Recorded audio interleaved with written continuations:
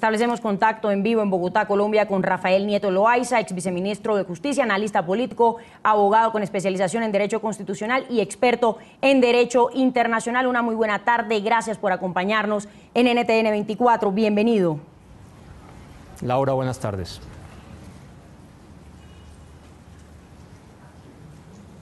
Señor Nieto, ¿nos escucha?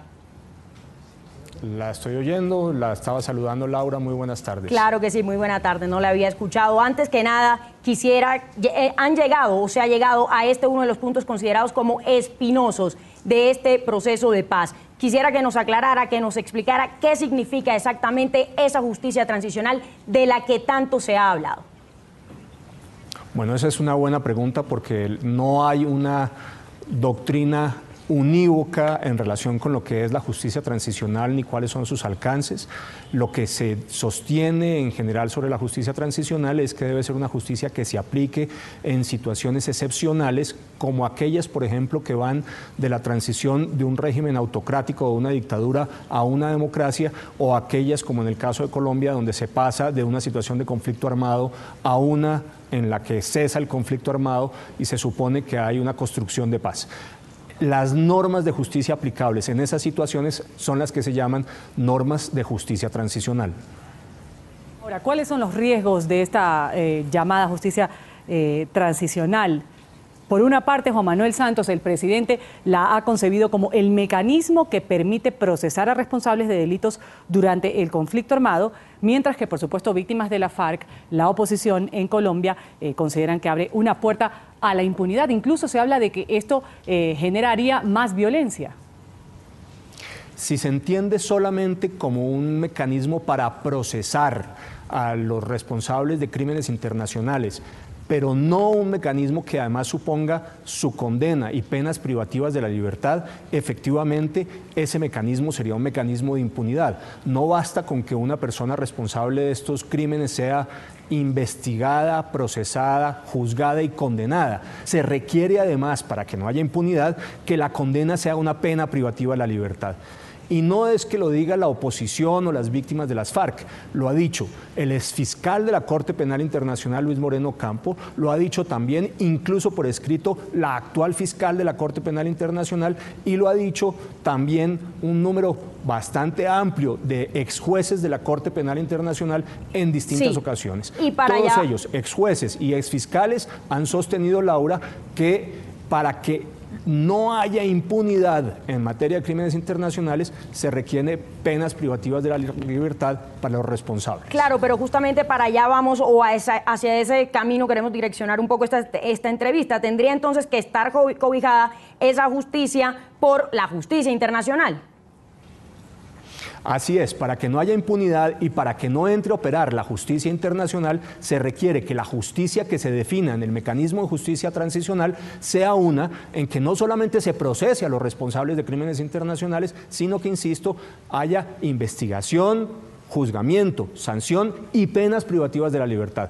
Este último punto es el punto que termina siendo clave. Pareciera que para el presidente Santos basta con que haya todo lo primero y que no haya penas privativas de la libertad. Si eso fuese así, iríamos en un camino de impunidad y ciertamente se abriría las puertas para que la justicia penal internacional entrara a operar en relación con aquellos responsables de las FARC e incluso de las fuerzas militares, y terminaran también sujetos a la justicia transicional, que no fueran privados de la libertad por ser responsables de crímenes de guerra o crímenes de lesa humanidad. Y que interpretar cuando el presidente de los colombianos, lo escuchábamos ayer, o por lo menos se pronunciaba diciendo que no todo el mundo quedará contento. ¿Eso quiere decir que habrá que tragarse algunos sapos? Aparentemente sí, que quiere que nos traguemos algunos sapos, pero depende del tamaño de los sapos. Hay sapos que son deglutibles y otros que son intragables. Ese sapo de que haya un remedio de justicia sin penas privativas de la libertad va a terminar por hacer el proceso insostenible, porque va a abrirle la puerta a la Corte Penal Internacional y va a abrir la puerta para que en unos años en Colombia eventualmente un tribunal, como ha ocurrido por ejemplo en el Cono Sur, termine sosteniendo que las amnistías o los indultos, en este caso los mecanismos de procesamiento, pero que no lleven penas privativas de la libertad para los responsables de crímenes internacionales se caigan y se asuman nuevos procesos. Eso sería ciertamente desastroso. Pero por el otro lado habría que decir lo siguiente, no son simplemente unos cuantos que quedarían no contentos con esa solución. Todas las encuestas en Colombia muestran que entre el 80 y el 90% de las personas se niegan a que los responsables de crímenes internacionales o delitos atroces de las FARC no tengan penas privativas de la libertad. Así que los que no quedarían contentos serían, en caso de que eso sea así, confiemos en que no, entre el 80 y el 90% de los colombianos. Ahora, si en realidad esto sucede, lo que dice gran parte de la oposición, lo que opina un gran número de colombianos, si hay impunidad, la paz entonces no sería duradera. Ese es, al final, en mi opinión, el gran problema. Una paz con impunidad no es una paz sostenible. Y no es sostenible porque le abre las puertas a la justicia penal internacional, por un lado, por el otro, a que haya procesos políticos en Colombia dirigidos a no aceptar lo que se firme entre el gobierno y las FARC, y finalmente a que a la vuelta de unos años tribunales internos en Colombia también puedan abrir procesos contra aquellos responsables de crímenes internacionales que finalmente no hayan pagado cárcel por sus delitos. Ahora, la cárcel no tiene que ser proporcional, no se pide aquí que haya penas de 30, 40 o 50 años. La Corte Penal Internacional, en el caso del proceso de paz con los llamados paramilitares, ha aceptado que las penas no sean proporcionales, pero ha insistido en que en todo caso tiene que haber una pena privativa de la libertad. En el caso de los paramilitares, las penas fueron entre 5 y 8 años de prisión. Ahora, es descabellado pensar que ya esto se venía planeando, que ya se sabía y que tal vez por esa razón el presidente de los colombianos, Juan Manuel Santos, no fue tan duro en esa reunión que sostuvo el lunes en Venezuela con el presidente de los venezolanos, con la reunión que se tuvo el lunes en Quito y que era justamente para abordar el tema de la frontera, pero no fue duro con el presidente de los venezolanos, Nicolás Maduro. Y es justamente porque es ese país que ha acompañado este proceso de paz. ¿Se puede pensar en eso? Yo no tengo la menor duda de que es así. La diplomacia colombiana, desde que inició el gobierno de Santos, ha quedado sujetada toda, absolutamente, a la búsqueda de la firma de un acuerdo con las FARC. Eso me parece absolutamente evidente. Y en el caso de Venezuela, ciertamente, el tono de la Cancillería y del presidente siempre ha sido un tono menor, un tono bajo, no ha sido un tono enérgico ni firme, porque tienen el temor de que eventualmente se molesten en Caracas y la intervención de Maduro pueda dar al traste con el ejercicio de esfuerzos que se está haciendo en La Habana. Estamos dialogando con Rafael Nieto Loaiza, ex viceministro de Justicia, analista político, abogado también con especialización en Derecho Constitucional y experto en Derecho Internacional. Esto, señor Nieto, ocurre también después de que el Papa estuviera en Cuba, hablara de este proceso de paz. Lo ha dicho el Papa Francisco, por favor, no tenemos derecho a permitirnos otro fracaso más en este camino de paz y reconciliación. Ha trascendido también que Raúl Castro va a estar presente en este acto en La Habana.